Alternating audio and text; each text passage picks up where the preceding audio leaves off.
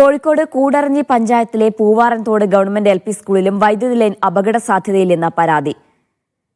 School ഗ്രൗണ്ടിലൂടെ കടന്നുപോകുന്ന വൈദ്യുതി ലൈനാണ് അപകട ഭീഷണി ഉയർത്തുന്നത്. വൈദ്യുതി ലൈൻ മാറ്റി സ്ഥാപിക്കാൻ KSEB അധികൃതരോട് ആവശ്യപ്പെട്ടെങ്കിലും നടപടി ഉണ്ടായില്ല എന്നാണ് നാട്ടുകാരുടെ പരാതി.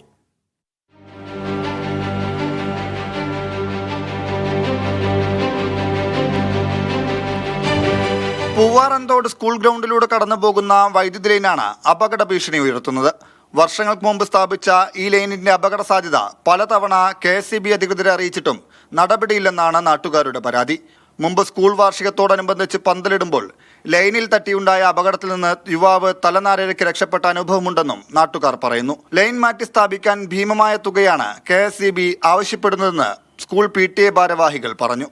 ഞങ്ങൾ പഞ്ചായത്തും KSEBയിലും പല നിവേദനങ്ങളായിട്ട് കയറി ഇറങ്ങിയിട്ടുണ്ട്.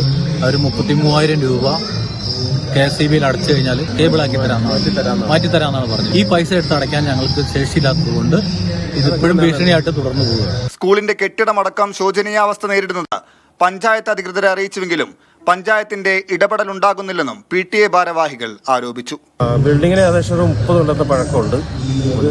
പരാതി ഞങ്ങൾ പഞ്ചായത്തിലെ VRCയിലെ ഇവിടെയൊക്കെ എല്ലാം കൊടുത്തിട്ടുണ്ട്. അവിടുന്ന് കാര്യങ്ങൾ പറഞ്ഞിട്ടുണ്ട്. കുട്ടികൾക്ക് പേടിയില്ലാത്ത രീതിയിൽ ഈ മഴക്കാലത്തൊക്കെ ഇവിടുത്തെ അവസ്ഥ മഴ പെയ്തു കഴിഞ്ഞാൽ നല്ല മഴയാണ്, കാറ്റും അതുപോലെ പിടിക്കും. പേടിച്ചിട്ട് ടീച്ചർമാർ കുട്ടികളെ അതിനകത്ത് ഇരുത്തുന്നില്ല.